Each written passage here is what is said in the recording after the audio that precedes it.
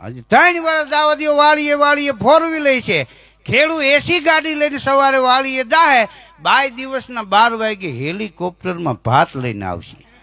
આકાશમાંથી ઉતરા રે ભોળી ભોવાનીમાં ઉતરા એવા નોતરા.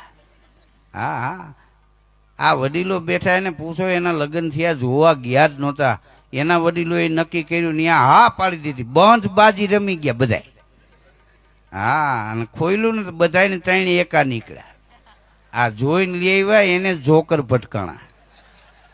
કારણ કે ઓચિંતાના દુઃખ આવ્યો હોય નીકળે, આઈથે ગળામાં ગાળિયા થેરબા હોય એ નીકળે નહીં. હા, છોકરા જોવા જાય છે એટલું નહીં, હવે તો છોકરીઓ છોકરાને ઘેરે આંટો મારે કે આ મકાન તારું છે બકા. બકો કે પછી બકો ભલે બકાલું વેચતો હોય.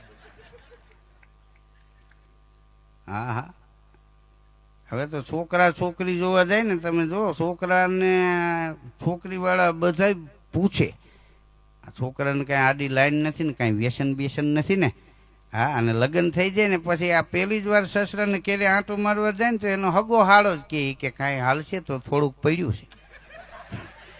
હવે કીધું આ તમે બંધ કરાવવાના પ્રોગ્રામ કર્યા છે કે ચાલુ કરાવવાના? એમ હા, કાંઈ નક્કી નથી થતું. હું રાજકોટમાં નીકળ્યો, બાપ દીકરો બાજતા હતા, બોલો.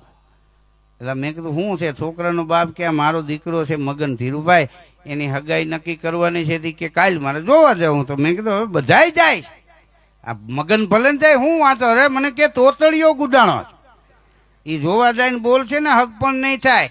એટલે મેં કીધું મગન તારી જીભ જલાય છે, તોતળો છો એટલે ના પાડે છે. મને કે ધીરુભાઈ હું ત્યાં બોલું. હા, મગન મળી જાય તો બોલે નહીં, બાકી જોવા જવું પડે, આ લોકો બટકાવી દે.